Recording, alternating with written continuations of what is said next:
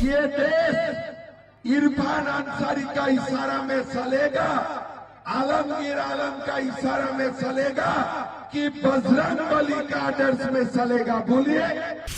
नमाज के लिए व्यवस्था किया जाए, मेरा आपत्ति नहीं है, लेकिन अगर नमाज के लिए व्यवस्था किया जाते हैं तो साथ साथ में हनुमान चालीसा भी पढ़वाना चाहिए कि नहीं चाहिए? बताइए।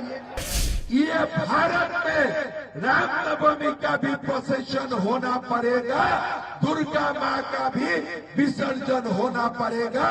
ये बात साफ आप लोग सुन लो। अगर घुसपैठियों को बाहर नहीं निकाला जाएगा तो हमारा रोटी भी सुरक्षित नहीं है, हमारे बेटी भी सुरक्षित नहीं है, माटी भी सुरक्षित नहीं है।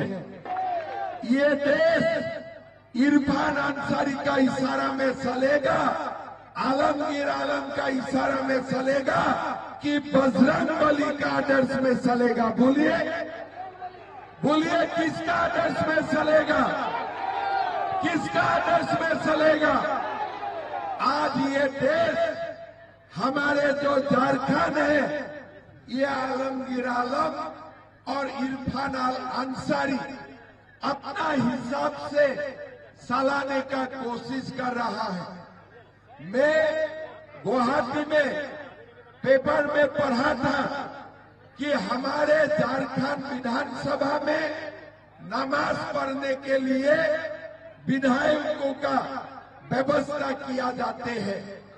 हमारा लोगों ने प्रोटेस्ट किया, हो नहीं पाया, लेकिन सरकार ने प्रस्ताव किए थे कि झारखंड विधानसभा में नमाज के लिए व्यवस्था किया जाएगा। भाइयों और बहनों, नमाज के लिए व्यवस्था किया जाए, मेरा आपत्ति नहीं है, लेकिन अगर नमाज के लिए व्यवस्था किया जाते हैं तो साथ साथ में हनुमान चालीसा भी पढ़वाना चाहिए कि नहीं चाहिए? बताइए। बताइए कि बताइए, चाहिए कि नहीं चाहिए? बताइए, चाहिए कि नहीं चाहिए? आज झारखंड में क्या हो रहा है?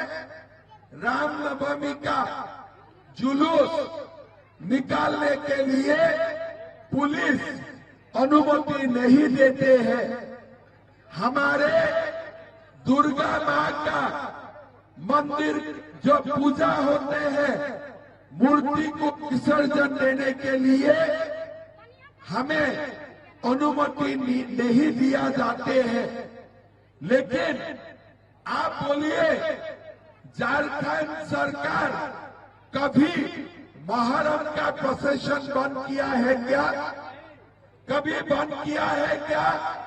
भाइयों और बहनों, मुहर्रम का प्रोसेशन होते हैं, डंडा से हमारा कोई सारे लोगों का दुकान तोड़ा जाते हैं, लोगों को पिटाते हैं। पुलिस कोई एक्शन लेते हैं क्या? पुलिस कुछ करते हैं क्या? मैं आप लोगों को बोलना चाहूंगा, हमारे मुहर्रम का प्रोसेशन हो, हमारे कोई आपत्ति नहीं है, लेकिन ये भारत में रामनवमी का भी प्रोसेशन होना पड़ेगा, दुर्गा माँ का भी विसर्जन होना पड़ेगा। ये बात साफ आप लोग सुन लो। भाइयों और बहनों, औरंगजेब का शासन देश में देखा है, बाबर का शासन भी देश में देखा है।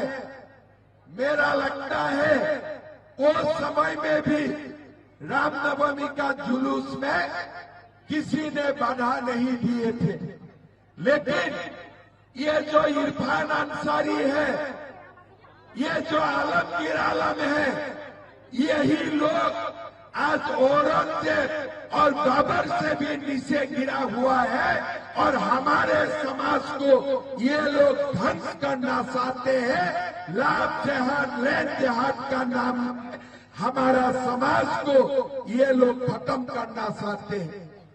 भाइयों और बहनों, ये जो परगना है 1951 में यहाँ 23 लाख हिंदू थे और 3 लाख मुसलमान थे। हिंदू थे 90% और मुसलमान थे 9%। लेकिन आज आप लोग देख सकता है घुसपैठिया आते रहा। घुसपैठिया आने का कारण अभी हिंदू का संख्या 67% तक घट चुका है और मुसलमान जनसंख्या 33% तक बढ़ चुका है। आदिवासी का संख्या 44% से 28% तक घट चुका है। पाकुड़, साहेबगंज ये सारे जिलों में घुसपैठियों ने पूरा कब्जा ये लोग करके रखा है। हमारा ये वादा है सरकार आएगा और हम ये घुसपैठियों को चुन चुन करके बाहर निकालूंगा, ये हमारा वादा है। भाइयों और बहनों, अगर घुसपैठियों को बाहर नहीं निकाला जाएगा तो हमारा रोटी भी सुरक्षित नहीं है, हमारे बेटी भी सुरक्षित नहीं है, माटी भी सुरक्षित नहीं है।